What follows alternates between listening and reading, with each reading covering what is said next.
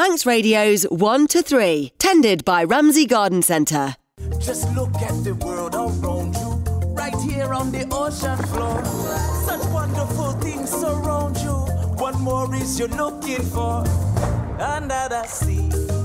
Lara, thank you for coming to join us on what is, I'm sure, a very busy time for you because you are prepping for the Festival of the Sea. What's going on down in Port Erin at the moment then? Well, you're right, it is a really busy time, but it is super exciting. We're getting ready for the weekend, for the Festival of the Sea. So we've been out rock pooling this morning before I came here, getting some little rock pool critters ready.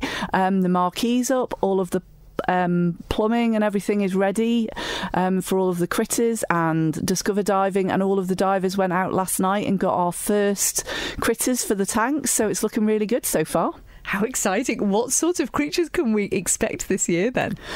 Well, in the tanks so far we've got some cat sharks, and we've got some big edible crabs, we've got some nudibranchs, which are little sea slugs, we've got some starfish and some big Martha Steery starfish. There's a big spiny starfish, so yeah, lots of exciting things already in the tanks. And those, as you mentioned, Discover Diving help you with this, because those are the sort of critters that you're not going to necessarily see at the very sort of edge of the shoreline, so it gives adults and kids alike a chance to experience some of these creatures that are a bit further out.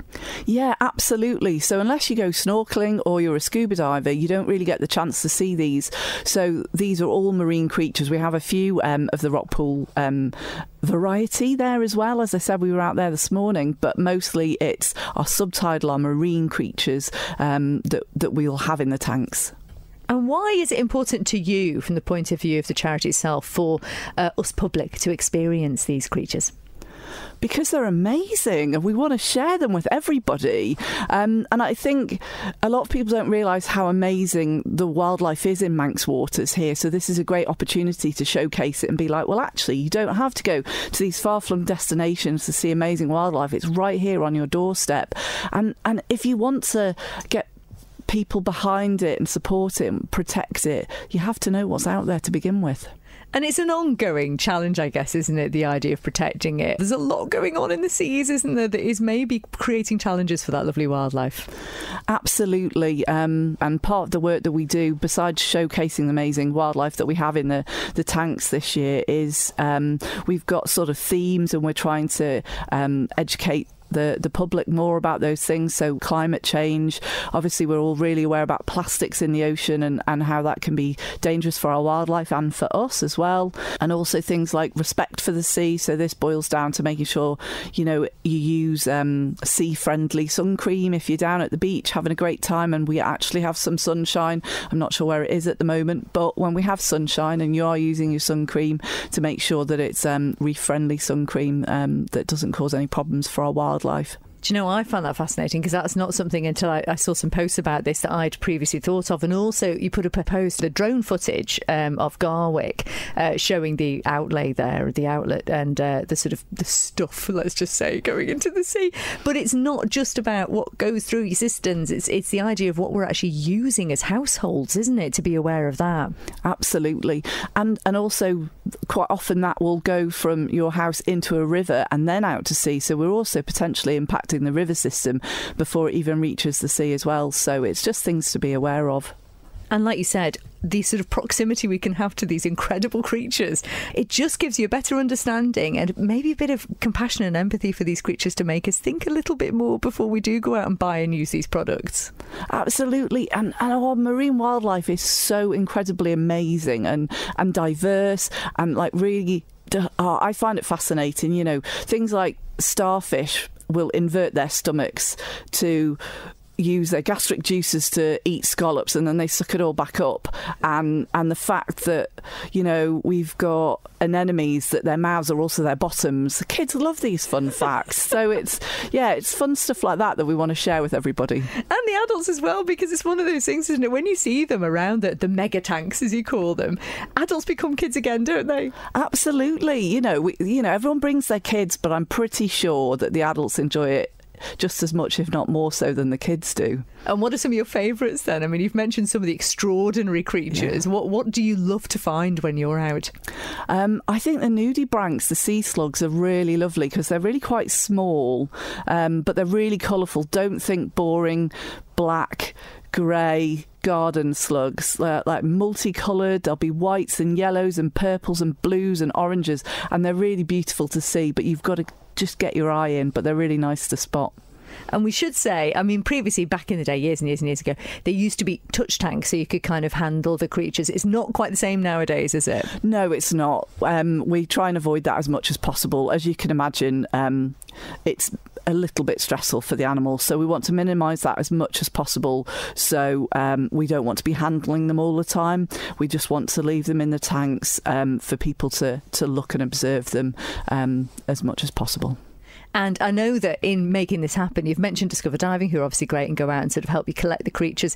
You have so many volunteers that make all of this possible as well, don't you? We do, and a massive shout out to all of our volunteers because they are fantastic. We couldn't run the weekend without them, from the volunteers on the tanks to the gate volunteers to the shop volunteers to the ladies who bake us our lovely cakes from time to time, Discover Diving, all of the divers, and everyone else in between who helps to make this an amazing, amazing event. If someone's listening and they think they would like to support you in one of these ways and become a volunteer for any of these different things you've just mentioned, how do they do that? Please reach out via email, inquiries@mwt.im, and just say that you'd like to get involved, and someone will get back to you. Excellent. I can't let you go without bringing up the fact that you've said that at the Festival of the Sea, Wackapoo will be here again. You need to tell me what this is, Laura. So this is a game for the kids and adults too, should they wish to play, linked with our themes around your drain starts here and what you put down your toilet. We all know the only 3 P's that should go down your toilet are.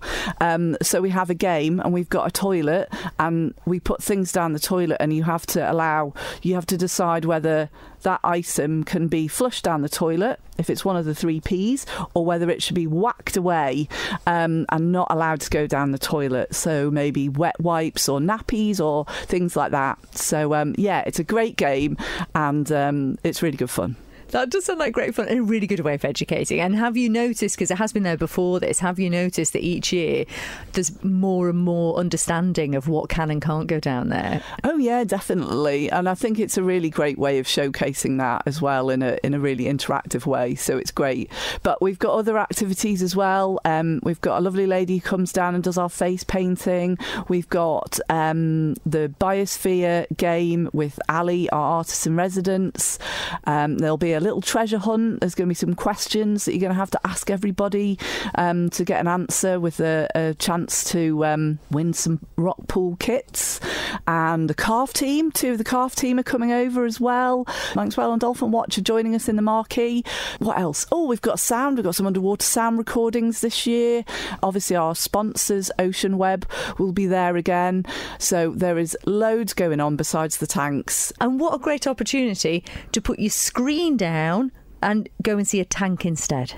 Absolutely. It's going to be a fantastic weekend and we're really excited and can't wait to see everyone. Lovely. One quick thing before you go, because it must be super welcome news to you all. They've finally got planning permission for the sewage treatment works out west there in Peel, which I'm guessing that's some massive pros, because obviously cleaner water, clearer water for the fabulous wildlife we've just been discussing. Will there be any impact though on the wildlife with the construction? Is there anything that we need to be concerned about there with the building site itself?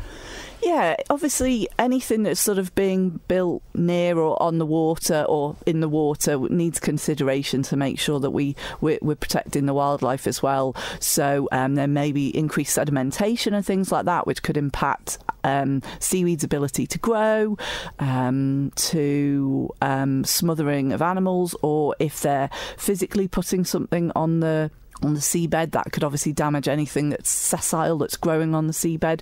So yeah, there'll be a few things that'll be need to be taken into consideration, but it's a great step. And are you able to advise in any way to sort of ensure that that's sort of protected as they're going ahead? Absolutely. We're very happy to help provide advice on that sort of thing. Absolutely. But let's just get it done. Yep. Have a great time at the Festival of the Sea this weekend. It is going to be glorious. It really is. And you've already got a good idea of some of the critters you can go down and see there, all of the fabulous things you can do, face painting and the lot as well. Go down and see Manx Wildlife Trust. Laura, as ever, thank you so much. Thanks.